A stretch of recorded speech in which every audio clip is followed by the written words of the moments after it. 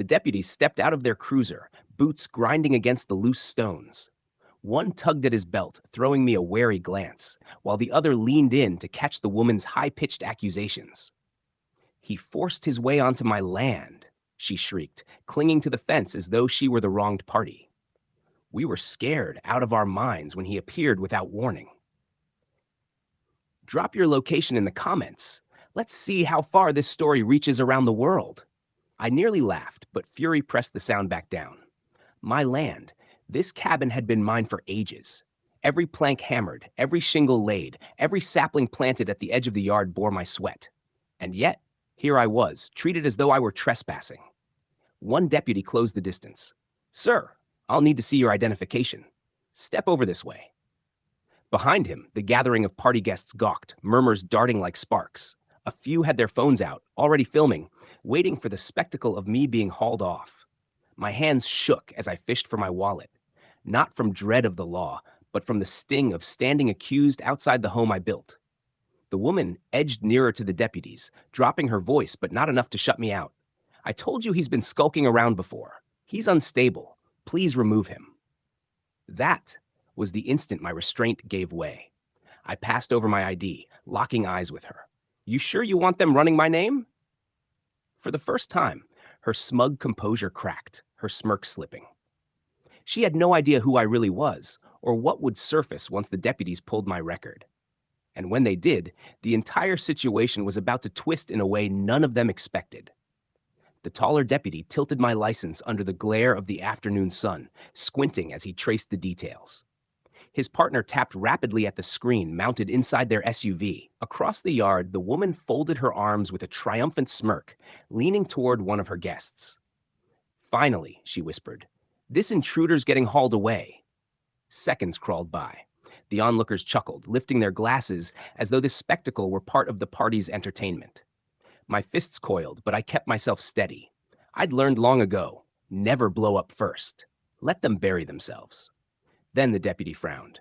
He turned the tablet toward his partner, both exchanging a quick look. "Sir," the tall one said, "this system shows you're the listed owner of this property." The laughter froze. The air went still. The woman's eyes widened before she plastered on a smile. No, that's impossible. You've got the wrong file. I'm with the community board. This place falls under our regulations." Her claim made my jaw tighten. I'd deliberately bought this land without any association strings. I stepped forward, voice low but weighty. "There's no board here. You broke onto my land and hosted parties in my home while I was gone." A couple guests shifted. Someone whispered, "Wait, this isn't her house?" The woman's cheeks flushed crimson, her mask slipping. "Don't believe him," she snapped. "He's dangerous. I've seen him lurking before." The shorter deputy arched an eyebrow. "Ma'am, he's not lurking. He's the legal owner." Just as her story began to crack, a new turn came. The second deputy beckoned me aside, speaking low but firm. "Sir, there's something else under your record, something she clearly doesn't know." Her fake poise flickered. This time she looked uneasy. I tilted my head, keeping my tone quiet. "Something else?" He nodded, gaze steady. "Yes, sir. Military background, special operations. You're listed as decorated." Her smile collapsed, lips parting as the words filled the space. Guests murmured louder now, some leaning back, unsure which side to stand on. I stayed silent, letting the quiet weigh heavy. Then the deputy raised his voice so all could hear. "Ma'am, you called him dangerous. You're right. He's dangerous. To anyone breaking the law. He's a veteran and, from the looks of it, the rightful owner." She gripped the fence, hands trembling, though her chin stayed high. "This is absurd. He's lying. He must have faked those records. Don't you see? He's trying to steal this place." That's when I finally stepped forward, voice sharp as a blade. "Steal it? Lady, this is my land. You're the one throwing parties, drinking my wine, lying to officers. You forged authority you don't have, and now it's catching up to you." A man who'd been laughing earlier stood, his voice suddenly unsure. "If this is his cabin, what are we doing here?" She spun on him, snapping. "Shut up! Don't listen to him. He's just trying to scare you." But she froze mid-sentence when the shorter deputy drew a small folder from his vest. "Funny thing, ma'am," what he said evenly. "We got a report this week about bogus neighborhood notices showing up on doors. The description matches you. Care to explain?" Her complexion went pale. For once, she had no retort. The crowd that had cheered now stared at her as if they'd been watching a thief all along. She stammered, hands fluttering like she was plucking excuses from the air. That's ridiculous. Why would I waste my time? Notices? I I was just trying to keep the community safe. The taller deputy folded his arms. Safe from what? A veteran coming back to his own cabin? His words sliced straight through her facade. Guests began packing up, embarrassed to still be there. I exhaled slowly, then reached into my bag. She recoiled, as if expecting a weapon, but all I withdrew was a black external drive. Holding it up between my fingers, I asked, Know what this is? Security footage. Every inch of this cabin is wired. I already know who slid my locks open, who poured drinks in my kitchen, who laughed about how I'd never find out. Gasps spread through the group. The smug man cursed under his breath, suddenly looking at the ground. The woman's face went chalk white. You're bluffing, she rasped, her voice splintering. I let a thin smile curve across my lips. Am I? Because I can play it right now for these deputies. And it's not just you on the footage. Every single guest you dragged in is on it too. The shorter deputy stepped closer, tone steady. Sir, if you're willing to turn that over, we can confirm everything. If it checks out, this goes past trespass. It edges into fraud and impersonation of authority. Her knees wavered, fingers clawing the edge of the table to stay upright. She made one last frantic attempt, shouting for the crowd. He's twisting everything. You all know me. I'm the one who runs this neighborhood. But the silence answered her. Not one head nodded.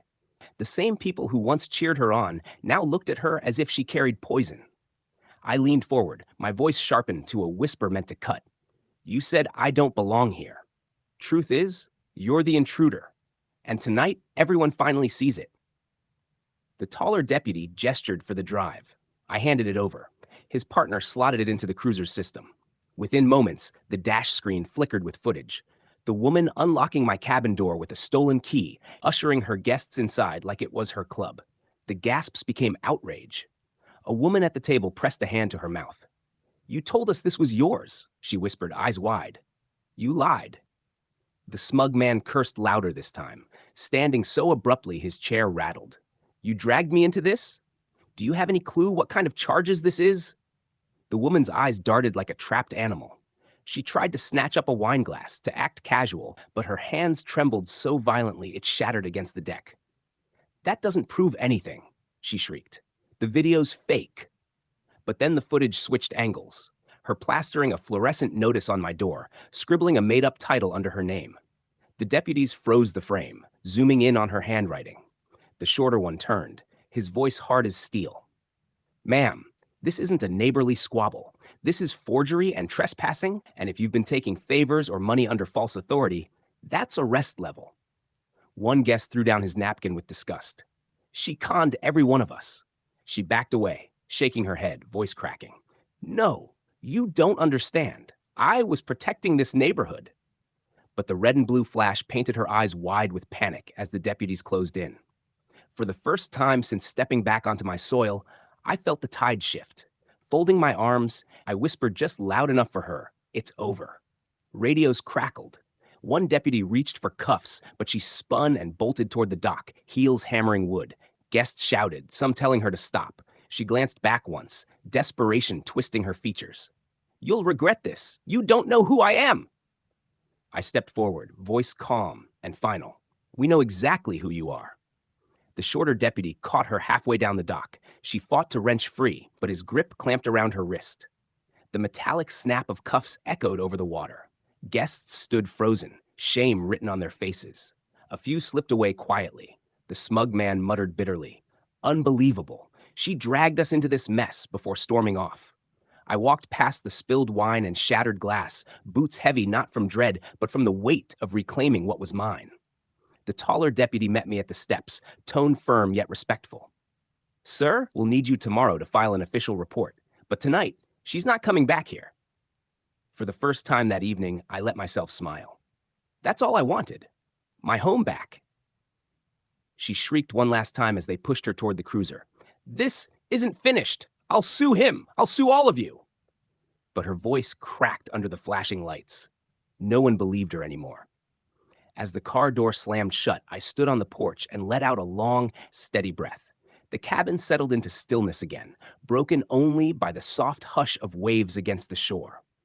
I watched the crowd thinning out and let my voice carry across the yard one last time. I didn't serve this country just to be told I can't stand on my own land. The patrol car rolled away, its lights fading into the trees until only the chirp of crickets and the glow of my porch lantern remained. I stood there, drinking in the silence that now belonged to me alone. The table lay abandoned, half-filled glasses, shattered bottles, and scattered lies left across the wood. For a moment, I simply looked at it all and felt the anger seep out of me. One neighbor lingered behind. She stepped closer, voice low but earnest. "We're sorry. We believed her. She acted like she held all the power." I shook my head. That's what people like that do. They talk big, they wave fake rules around, and they count on no one questioning them. But the truth doesn't need to yell. It just has to be shown. The woman nodded slowly, shame flickering in her eyes before she turned and walked off into the night. I pushed open the cabin door. The hinges groaned in greeting like an old friend. Inside, the air still smelled of pine and held the faint echo of laughter that wasn't mine. I set my bag down, ran a hand along the table I'd built with my own hands, and whispered almost to myself, "Finally home." Out on the road, the last traces of her shouting vanished into the dark. She had played queen for a week, but tonight her little kingdom collapsed. As I turned the key and locked the door behind me, I knew this would become the story whispered about in town, the tale of the woman who pretended to rule everything and was exposed by the very man she tried to erase. Justice wasn't loud. It wasn't chaotic. It was clean, precise, and final. And in that quiet cabin by the lake, I smiled, knowing one thing. The land was mine, the truth was mine, and no one, not even a loud pretender with counterfeit power, would ever take it from me again. If you enjoyed this story, don't forget to like, subscribe, and share for more powerful tales just like this one.